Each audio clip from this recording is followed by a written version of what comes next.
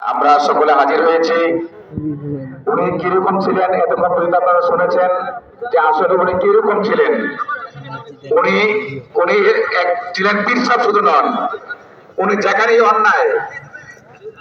অন্যায় দেখতেন তিনি এখানেই প্রতিবাদ করতেন। অন্যায়কে তিনি কোনদিন প্রশ্রয় দেন নাই। তিনি যেখানে যেতেন এখানে অন্যায়ের প্রতিবাদ করতেন। তিনি যেরকম বীর ছিলেন, আমার ইসলামী আন্দোলনের নেতা ছিলেন উনি। আলহামদুলিল্লাহ, আল্লাহ সুবহানাহু ওয়া তাআলা আমাদেরকে জাতিকে শিক্ষা দিয়ে গেছেন এভাবে মিলেমিশে ওলামায়ে কেরাম চলতে হবে। কিন্তু এভাবে এত তাড়াতাড়ি চলে যাবেন জাতিকে সুন্দর করে আপনার আমাদের নাকি চলে যাচ্ছেন, কিছু করে নেই। তবে আমি মনে করি এই সাধারণ মানুষ কম, একজন জীবন্ত শহীদ যার পদে তিনি ছিলেন দিনের একজন বড় দায়ী। আমরা মহান আল্লাহ রাব্বুল আলামিনের কাছে দোয়া করছি আমাদের সকলের প্রিয় ওই দিনের খাদেমকে আল্লাহ রাব্বুল আলামিন কবুল করুক, আমিন। তার অতীতের গুনাহ খাতাগুলো আল্লাহ রাব্বুল আলামিন ক্ষমা করে দিন, আমিন। আমরা দোয়া করছি আল্লাহ রাব্বুল আলামিন তাকে জান্নাতের সর্বোচ্চ আসনে আসীন করুক, আমিন।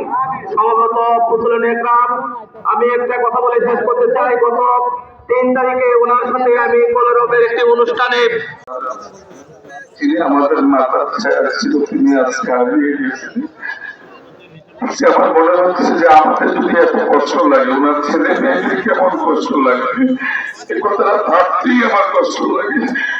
আল্লাহ তাআলা যেন আমাদের শাইখকে জান্নাতের সর্বোচ্চ মাকাম দান করে, আমিন।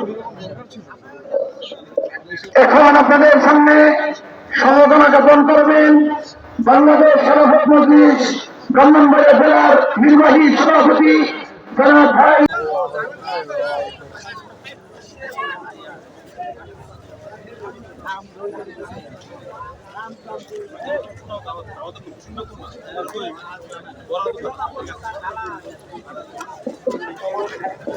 এখন মাদ্রাসার মাঠে গিয়ে দীর্ঘ করবেন না মেহরবানি করে, কারণ মাদ্রাসার মাঠ খুবই ছোট এবং আপনাদের জায়গাগুলো সংকলন হবে না। এই জন্য মেহরবানি করে গিয়ে মাদ্রাসার মাঠে ভিড় করবেন না।